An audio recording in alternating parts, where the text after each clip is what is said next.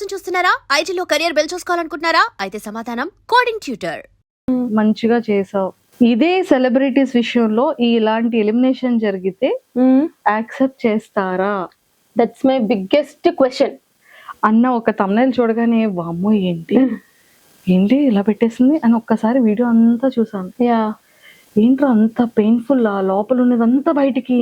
Just imagine, ఇంకా దాంట్లో చెప్పలేను చాలానే ఉన్నాయి కానీ ఒకవేళ అదే ప్లేస్ లో నేను సేఫ్ జోన్ లో ఉండి లాస్ట్ లో తనుజ గారే ఆ డేంజర్ జోన్ లో ఉండి ఆవిడదే ఇలాగా కట్ చేసేసి బయటికి పంపించేసి ఉంటే తనుజ గారు బయటకు వచ్చేవారు ఎలిమినేట్ అయ్యి? I don't think so.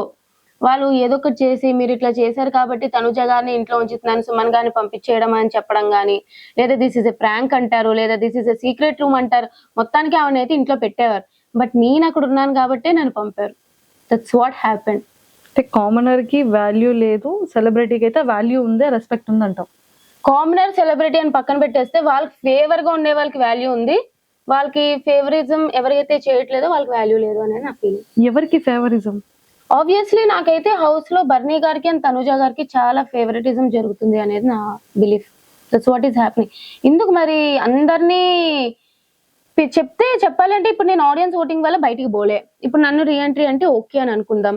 But why not Priya, Harish garu, Manish గారు అందరూ కూడా బర్నీ గారు లాగే ఆడియన్స్ ఓటింగ్ వల్లే కదా బయటకు వెళ్ళారు. మరి వాళ్ళందరినీ ఎందుకు పిలవలేదు లోపలికి? వాళ్ళందరికి కూడా ఒక 24 hours ఓటింగ్ పెట్టారు కదా మాకు ఫన్ జోన్ అని చెప్పి, వాళ్ళకి కూడా 24 hours ఓటింగ్ పెట్టొచ్చు కదా మా నామినేషన్ నుంచి నెక్స్ట్ డే వరకు. సో ఆబ్వియస్లీ ఇంకా ఫేవరిజం ఇంకా తనూజ గారిది అంటారా? కొత్త వీడియో పెట్టా ఇప్పుడే దాని గురించే. అమ్మో అందులో ఏముందో అసలు ఫస్ట్ నుంచి నాకు ఎందుకు అనిపిస్తుంది, ప్రతిసారి కన్ఫెషన్ రూమ్ లో ఆమె వెళ్తుంది.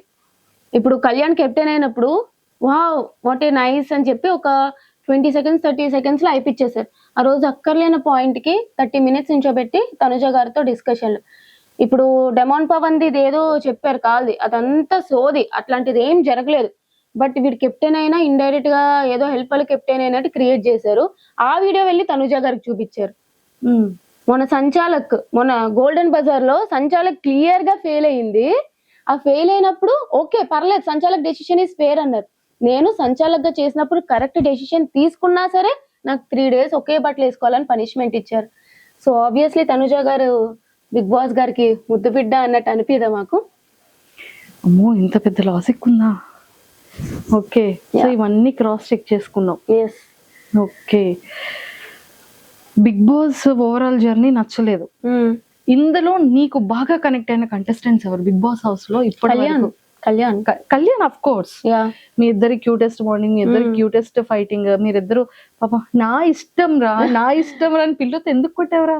అప్పుడు ఏదో అవుతున్నట్టుంది తెలియదు, కొడుతూనే మామూలుగా మా ఇద్దరి మధ్య ఏవో ఒకటి అవుతూనే ఉంటాయి. వాడు ఇట్లా అంటాడు అట్లా అంటాడు, నేను ఏమైనా ఎక్కువ మాట్లాడిస్తే ఇలా సైకిల్ చేస్తాడు వద్దే అన్నట్టు. అట్లానే నేను కూడా వాడు ఆర్డర్ ఇట్లా అని చెప్పి మా ఇద్దరికి ఆటోమేటిక్ గా అర్థమైపోతుంటాయి అనమాట. సో కళ్యాణ్తో ఎక్కువ బాండింగ్ అనమాట. నెక్స్ట్ ఇంకా అందరితో అంటే ఇంకా డెమాన్ పవన్ అని చెప్తా. సో ఉన్న వాళ్ళు ప్రియాతో కూడా ఫస్ట్ 2 weeks మీరు ఎంత నెగిటివ్ అనుకున్నా ఏమనుకున్నా సరే జెన్యున్ గానే మా ఇద్దరు బాండింగ్ ఉందన్నమాట. ప్రియాదే నీది బాండింగ్ నెగిటివ్ అని ఎక్కడ ఏం రాలేదే. అంటే ఫస్ట్ నెగిటివ్ చేసేసారు సాకిని అని చెప్పి. ఎస్, అంటే మీ ఇద్దరి వాయిసెస్, మీ ఇద్దరు కలిసి మిగిలిన వాళ్ళతో మాట్లాడే ఆ సంభాషణ, సో అలాగా మీ ఇద్దరు కలిసి ఏదో జనాలకి ఒక వేలో ఆ వాయిసెస్ వల్ల అనుకోవచ్చు, ఆ గొడవ లాగా సాకిని లాగా కనిపించాం.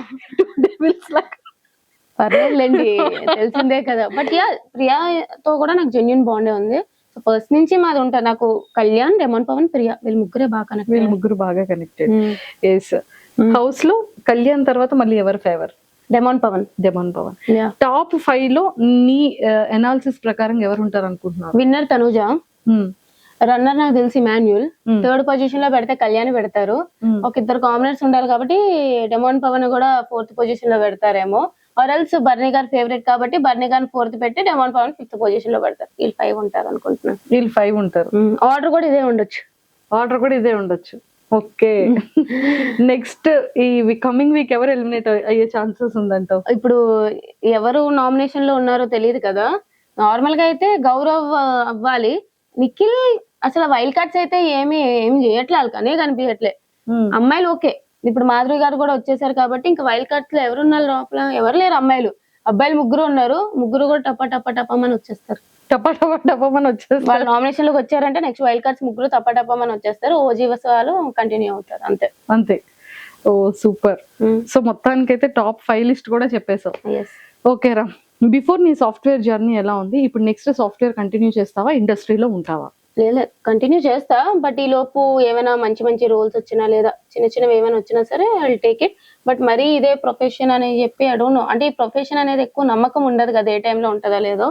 So that's why. But yeah present అయితే ఇంకా ఏం లేదు, చూద్దాం లైఫ్ ఎట్లా తీసుకెళ్తే అట్లా తీసుకెళ్తా. అనుకోలేదు కదా బిగ్ బాస్ లోకి ఇలా వస్తాను అని చెప్పి, సొంత దేవుడి దయ. అరే హస్బెండ్ కోసం ఏంటి మేనిఫెస్ట్ చేసావు, ఫ్యూచర్ పార్ట్నర్? ఏం చేయలే, మంచోడైతే చాలు. మన నోరు అసలుకే పెద్దది కదా, అది అర్థం చేసుకునేవాడు వస్తే చాలరా బాబు అనుకుంటాను అంతే. అంతే, ఇంకేం లేదు. కాదు, ఈ ఇయర్ అయిపోగానే నెక్స్ట్ ఇయర్ చేసుకుంటానని ఇంట్లో మాట ఇచ్చావని తెలిసింది. ఎప్పటి నుంచో తినేస్తున్నారు చేసుకోమని.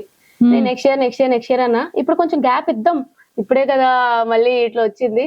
పాపం ఇప్పుడు మమ్మీ డాడీకి గుండె అమ్మో చెప్పా, అంటే ఇప్పుడే ఇది బయటకు వచ్చినప్పుడు యూటిలైజ్ చేసుకున్న ఈ ఫేమ్ ఎంత ఉంటది, ఎంత ఫేమ్ వచ్చినా మహా అయితే ఒక 3-4 మంత్స్ ఉంటది. ఈ 3-4 మంత్స్ లో ఇప్పుడే ఏదైనా నేను చేయాలి అనుకుంటే ఇప్పుడే చేయగలను కాబట్టి ఒక 3-4 మంత్స్ గ్యాప్ ఇచ్చి ఆ తర్వాత చేసేసుకుంటా. కానీ చేసుకుంటావు. ఒరే భయం వేస్తుందిరా, అంటే ఒక్క 1 year 2 year గ్యాప్ ఇస్తావేమో గానీ, అంటే మా పొజిషన్ పరిస్థితి ఏంటా, యాంకరింగ్ పరిస్థితి అని భయం వేస్తా. అవ్వా లేదు, చూద్దాం, ఏం కాదు.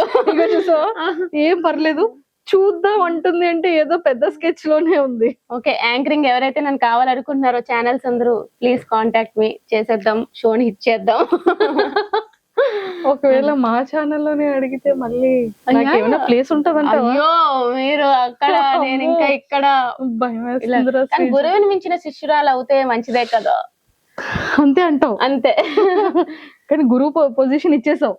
గురువే ఆబ్వియస్లీ. మీరందరూ, నేను ఎప్పుడు కూడా ఎక్స్పీరియన్స్ వాళ్ళకి ఖచ్చితంగా ఒక పొజిషన్ లో పెడతా. ఎప్పుడు వాళ్ళలాగా అవ్వాలి అని అనుకుంటాను కానీ వాళ్ళు తొక్కాలి అని అనుకోను. అంతే అంటావు? ఏదైనా సరే గురువుకి మించిన శిష్యురాలుగా యాంకరింగ్ లో కూడా గట్టిగా నాటికి పోవాలని కోరిక. సో మేనిఫెస్ట్ చేస్తున్నాం. Super, all the very best. Thank you. ఏంటి ప్రమోషన్లు కూడా స్టార్ట్ చేసావని విన్నాను, యాడ్స్ చేస్తున్నావంట, కమర్షియల్ షూట్స్ అప్పుడే స్టార్ట్ అయ్యాయంట. అవుతాయి. జ్యువెలరీస్, రెస్టారెంట్స్, కాలేజెస్, ఇన్స్టిట్యూషన్స్, ఏంట్రా ఇది? ఏం లేదు కానీ ఏవో చిన్న చిన్నవి స్టార్ట్ చేస్తున్నాను అని తెలిసింది. సో అయితే ఓపెన్ ఆఫర్ అందరికి ఓపెన్ ఆఫర్. నేను ప్రెసెంట్ ఖాళీగా ఉన్నాను, ఒక జాబ్ లేదు, ఏం లేదు. మీరు ఇచ్చే ప్రమోషన్లు, కొలాబరేషన్స్ అన్ని కూడా కలిపి చేద్దాం, వైరల్ చేద్దాం. మొత్తానికి అయితే ఫైనల్ గా కమర్షియల్స్ లో, యాడ్స్ లో, అన్నిట్లో స్టార్ట్అప్ చేసేస్తాం. సరే, all the very best. Thank you. అది కూడా ఏమైనా ప్రమోట్ చేస్తావారా? కమర్షియల్స్ ఏదైనా సరే చేయమంటే ఐఎమ్ ఆల్వేస్ రెడీ. అందరూ కూడా. అంటే మాకేమైనా ఫ్రీగా అంటే జాబ్లెస్ అక్క, జాబ్లెస్. అమ్మో చూసారు కదా అక్క, నో అక్క. మరి నీ నెక్స్ట్ గోల్స్ ఏంట్రా శ్రీజ? ఒక మంచి ఇల్లు కట్టుకోవాలి, మేనిఫెస్టింగ్ ఒక మంచి ఇల్లు. సో ఆ ఇల్లు కోసం కష్టపడదాం అని చెప్పి అంతే ప్రెసెంట్ గోల్ ఫిక్స్ అయిపోయాం. అండ్ నేను చాలా విన్నాను, ఫ్యామిలీ కూడా చాలా ఎక్కువ రెస్పాన్సిబిలిటీస్ ని త్రూ జరుగుతూ ఉంటాయి ఇంట్లో అని కూడా విన్నాను. అంతే, చాలా మందికి ఆ విషయం తెలీదు. మేము తెలుసుకున్న కొంతలో తెలుసు, నీ నోటితో మాకు వినాలని ఉంది. లేదు అంటే రెస్పాన్సిబిలిటీస్ అంటే డాడీ చూసుకుంటారు కానీ మొత్తం ఇంట్లో ఎప్పుడైనా శాలరీ పడిందంటే అన్న, డాడీ అందరూ నాకే ఇచ్చేస్తారనమాట. సో మనీ అంతా ఇంట్లో, మనీ హ్యాండ్లింగ్ అంతా నాదే ఉంటది. సో దాన్ని బట్టి నేనే కొంచెం అందరికి ఎంత అయింది లెక్కల బుక్లు ఉంటాయి కదా, అప్పట్లో రాసేవాళ్ళం, అట్లా నా దగ్గర కూడా లెక్కల బుక్లు ఉంటాయి అనమాట. సో ఈ మంత్ ఎంత అయింది, ఎవరెవరు అమౌంట్ ఎంత అయింది, ఎంత ఉంది, మొత్తం అంతా మేనేజ్ చేస్తాను. శ్రీజ అంటే లెక్కలు. అయితే ఇప్పుడు లెక్కలు శ్రీజ అని పెట్టాలి. లేదు కానీ బట్ యా నేనైతే అప్పట్లో మేనేజ్ చేస్తాను. If in case big boss house లో కెప్టెన్ అయితే నువ్వు ఎలా హ్యాండిల్ చేసేదాన్ని? లేదు, నేను మంచిగా, యాక్చువల్లీ చెప్పాలంటే నాకు డైరెక్ట్ గా ఒకరితో శత్రుత్వం అనేది లేదు. నేను నార్మల్ గా కూడా అందరినీ ఈక్వల్ గా చూస్తా. అది నాకు ఎంత క్లోజ్ బాండ్ ఉన్నా, ఎంత ఇష్టం లేకపోయినా. కెప్టెన్ అంటే ఇంకా బాగా చేసేదాన్ని చెప్పాలంటే. ఓనర్ స్టెనెన్స్ గా ఉన్నప్పుడే subscribe iDream Media. Please do subscribe to iDream. Please subscribe to iDream Media. For best entertainment and information, please subscribe iDream. And don't forget to subscribe to iDream.